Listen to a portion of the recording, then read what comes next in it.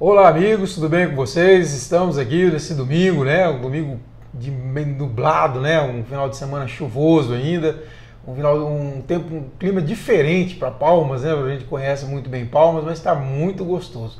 Vamos falar das principais notícias que marcaram a política do Tocantins nesta semana para você que acompanhou e quer relembrar e que não teve tempo de acompanhar, fique sabendo aí o que aconteceu nesta semana. Vamos lá? Vem comigo, vamos saber o que aconteceu de importante na política do Tocantins nesta semana.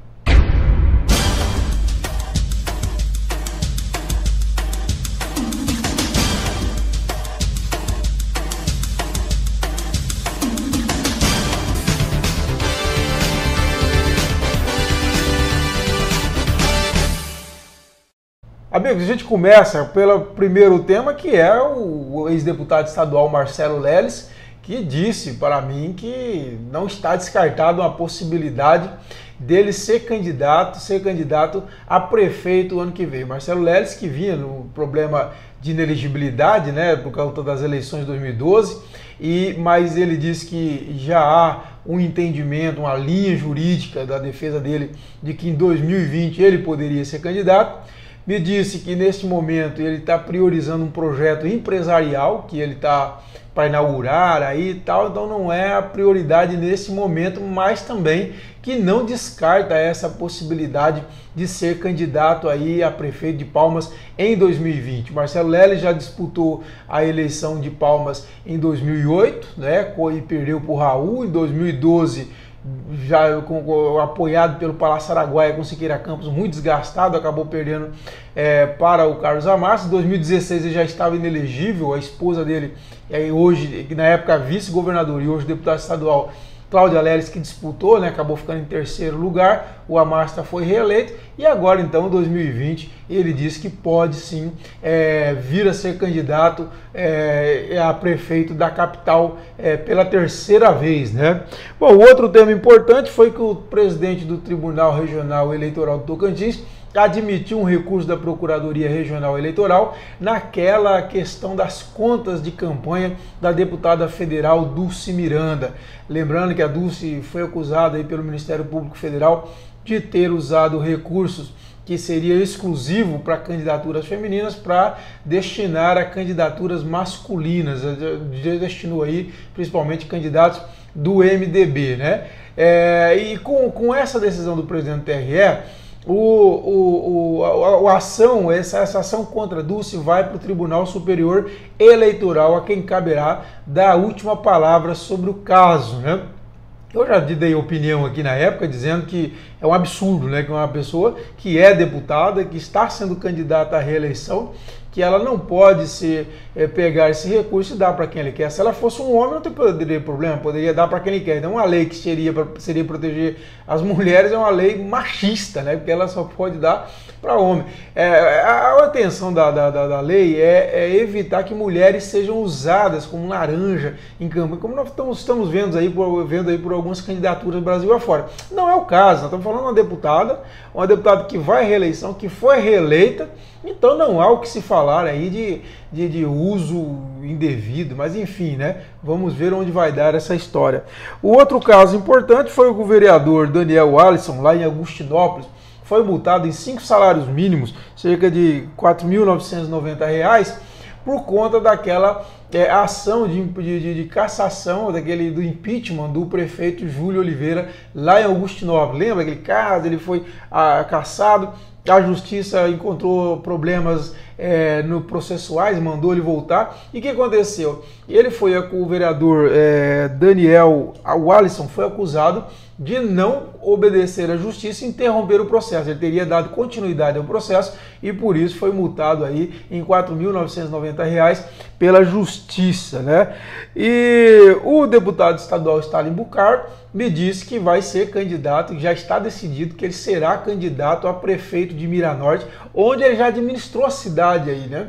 Agora, ele me disse que não quer ser candidato pelo PR, criticou o PR, disse que o partido não dá espaço para manifestação, ele disse que não dá conta de ser comandado, de não ter espaço para opinar, e diz que esse pessoal que está no comando do PR toca o partido como se fosse algo pessoal. Enfim, foram críticas duras que o Stalin fez. Eu tentei ouvir, através da assessoria, o deputado federal Vicentinho Júnior, que hoje é o presidente regional do partido, mas não houve nenhuma manifestação sobre o caso.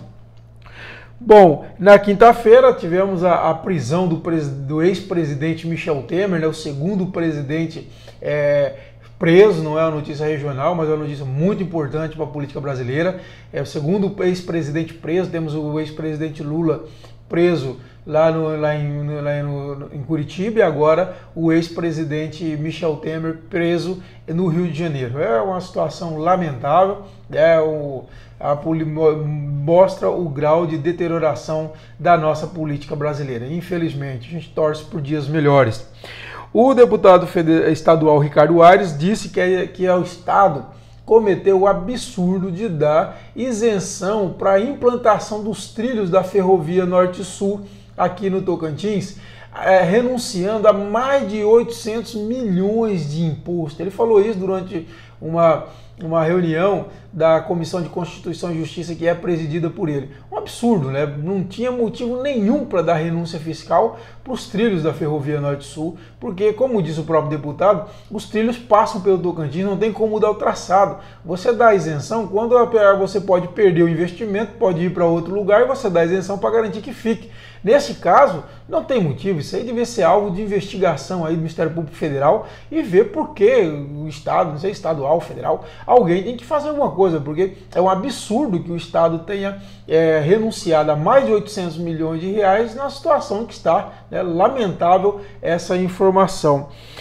A Comissão de Finanças aprovou, enfim, o parecer do seu presidente e relator Newton Franco em relação ao orçamento de 2019, que era para ter sido aprovado até o dia 31 de dezembro. Parece que esta semana que nós estamos começando vai ser aprovado, enfim, novamente falando, o orçamento do Estado, né? Como dizem os antigos, antes tarde do que nunca, né? Bom, e aquela questão do incentivo para as companhias aéreas que colocarem novas linhas para fora do estado, ela foi aprovada na quinta-feira, nessa sexta-feira, em 3 comissões. Comissão de Constituição e Justiça, Finanças e Tributação e também na Defesa do Consumidor. Com esse aumento desses benefícios fiscais, a Azul vai colocar uma linha até Recife, direto até Recife, a partir provavelmente de julho, e a TAM vai retomar o voo para Brasília que tinha cancelado em janeiro. Excelente notícia para o Estado. A Câmara de Gurupi aprovou a reforma administrativa que a Prefeitura disse que vai gerar uma economia de mais de 8 milhões de reais em 3 anos. Havia uma recomendação contrária a esse projeto do Ministério Público Estadual e também protestos dos servidores. Os servidores foram contra, inclusive o Sindicato de Servidores do município disse ao CT que não sabe como que vai ter essa economia se estão criando 19 novos cargos e aumentando os vencimentos. Vamos ver como que vai ser o desenrolar dessa história, mas é importante que os municípios façam mesmo enxugamento. Agora tem o questionamento do sindicato, nós vamos ter que ver realmente se há esse enxugamento efetivo, né? Bom, em relação o ex-prefeito Carlos Amassa foi condenado por ataques, por calúnia e difamação, por ataques à rede no Twitter contra o ex-deputado estadual Marcelo Leles. Foi uma história de uma demolição de uma capela lá na 1300 e poucos sul aqui em Palmas, e o PV, que era presidido pelo Marcelo Leles, lançou uma nota de repúdio a demolição da capela, e o ex-prefeito Carlos Amassa foi para o Twitter chamando o Marcelo Leles de um porcaria, oportunista, ladrão, vagabundo, entre outros adjetivos nada louváveis, né? E aí foi condenado, uma condenação simbólica, né, a pagar uma indenização aí de 5 mil reais para o Marcelo Leles.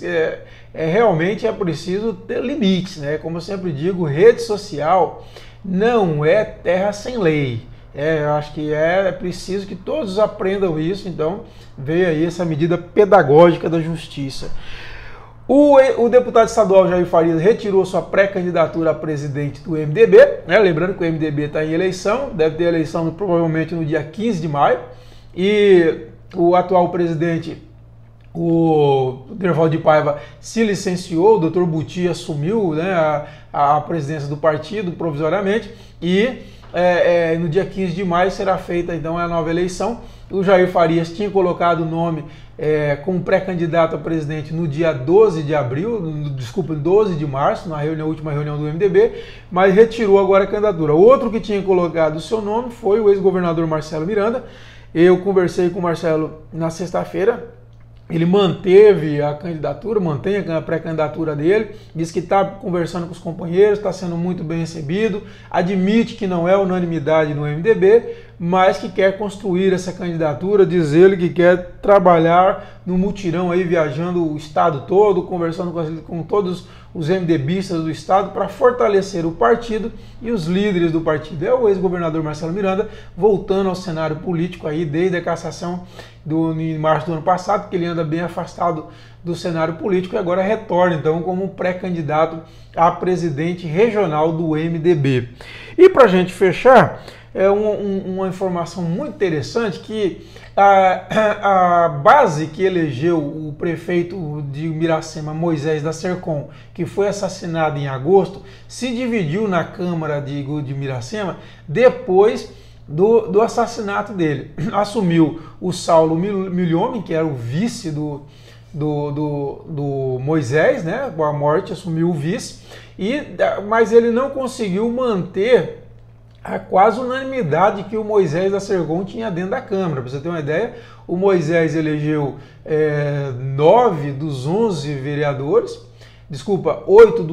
vereadores, e depois chegou ao longo do mandato ter o apoio de 10 dos 11 vereadores. Então, um apoio quase unânime dentro da Câmara. E agora o que aconteceu? 4 desses vereadores da base do Moisés viraram oposição ao seu vice, né, que é hoje prefeito Saulo Milhomem. E na segunda-feira passada teve uma sessão muito emocionante, muito polêmica, com muita discussão entre os vereadores, e o vereador Nascida Ótica chegou a chorar em plenário, pediu para o pessoal deixar o Moisés descansar em paz, que não tem uma sessão que não se fala o nome dele lá, lembrando da família que está enlutada.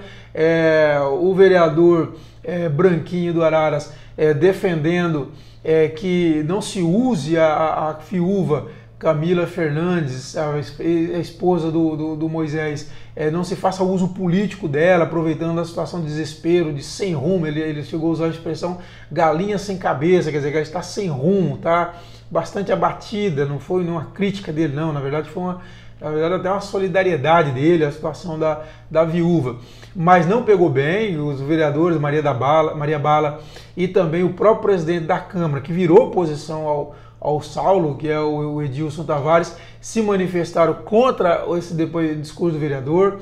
Disse que essa questão de falar que principalmente o Edilson Tavares, que está fazendo uso político, na verdade, não acontece, que na verdade é uma solidariedade realmente dos amigos, a família do Moisés e logicamente a viúva, a Camila Fernandes. E ele chega a falar o seguinte, que quem está sendo oportunista nessa história são aqueles que ficaram do lado daquele que ficou no poder, né? Ou seja, aqueles grupo de vereadores que ficou na base do candidato do prefeito Saulo Milhomem. Então, realmente você vê como uma situação bastante traumática. Até hoje não se tem notícia, né? A polícia deve isso à sociedade. Eu já falei que a nossa democracia ela está em xeque enquanto a polícia não esclareceu o que aconteceu com o prefeito Moisés da Sercom. Já estamos aí meses, né? Foi em agosto assassinado, já estamos chegando em abril quase e nenhuma solução até agora. E está todo mundo perguntando por que até agora não chegou ao responsável por esse homicídio. E nós todos esperamos sim uma resposta da polícia, acreditamos ainda que a polícia vai dar uma resposta a esse caso. Pessoal, essas foram as principais notícias dessa semana, uma semana mais curta por causa do feriado de Palmas, que acaba contaminando, não teve Assembleia, não teve Câmara, então acaba contaminando um pouco aí a política, mas foram as notícias interessantes aí que ocorreram nessa semana. Bom domingo a todos, espero que tenham gostado. Convido você, muito importante, se inscreva no nosso canal, clique no sininho para receber as atualizações e curte esse vídeo se você gostou. Um abraço a todos e até essa segunda-feira, né?